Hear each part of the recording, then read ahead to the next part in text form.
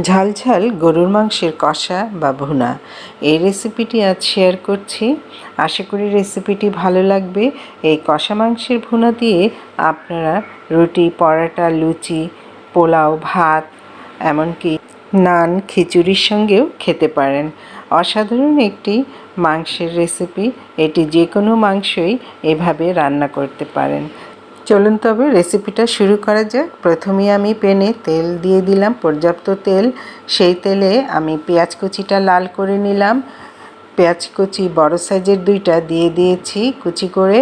আর দিয়ে দিলাম গোটা গরম মশলা, 2টি তেজপাতা, 4টি এলাচ, 3টি দারচিনি ও 5-6টি লবঙ্গ ও 6-7টি গোলমরিচ দিয়ে দিলাম।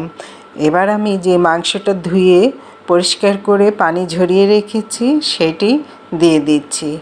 এখানে মাংসের পরিমাণ প্রায় আধা কেজির মতো হবে। এটিকে আমি মিডিয়াম সাইজে কেটে নিয়েছি। দিয়ে দিলাম লবণ স্বাদ মতো।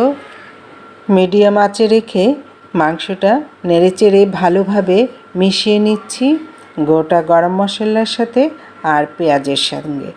এভাবে মেশানো হয়ে এলে ঢেকে দিলাম। প্রায় 10-15 মিনিট পর ফিরে আসব। মাংসের কালারটা অনেকটাই চেঞ্জ হয়ে আসবে।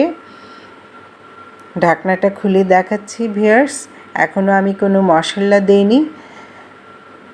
বলক চলে এসেছে, মাংসটা অনেকটাই কালার চেঞ্জ হয়েছে। এবার আমি দিয়ে দিব রান্নার মশলা। আদা রসুন বাটা দিয়ে দিলাম 1 টেবিল চামচ করে। পেঁয়াজ বাটা দিয়ে দিব 2 টেবিল চামচ। পেঁয়াজ বাটা পর দিয়ে দিব রান্নার মশলা, সেটি হলো হলুদের গুঁড়ো, মরিচের গুঁড়ো আর ধনিয়া গুঁড়ো। মরিচের পরিমাণটা বাড়িয়ে দিতে পারেন, কারণ আমি এটি ঝাল ঝাল করে রান্না করব। আর গরুর মাংস ঝাল ঝাল করে রান্না করলে খেতে কিন্তু দারুণ লাগে। তারপর দিয়ে দিব জিরে গুঁড়া। জিরে গুঁড়াটা দিয়ে ভালোভাবে নেড়েচেড়ে মিশিয়ে নিচ্ছি।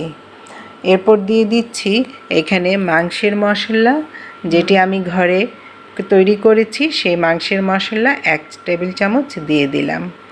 এইভাবে এখন অনেকক্ষণ ভালোভাবে নেড়েচেড়ে মিশিয়ে নেব। নাড়াচাড়াটা ভালোভাবে না করলে এটা মেশানো হবে না ভালোভাবে। এবার ঢেকে দেব। 15-20 মিনিট পর ফিরে আসব। মাংসটা অনেকটাই সেদ্ধ হয়ে এসেছে, বেশ ভুনা ভুনা হয়ে এসেছে।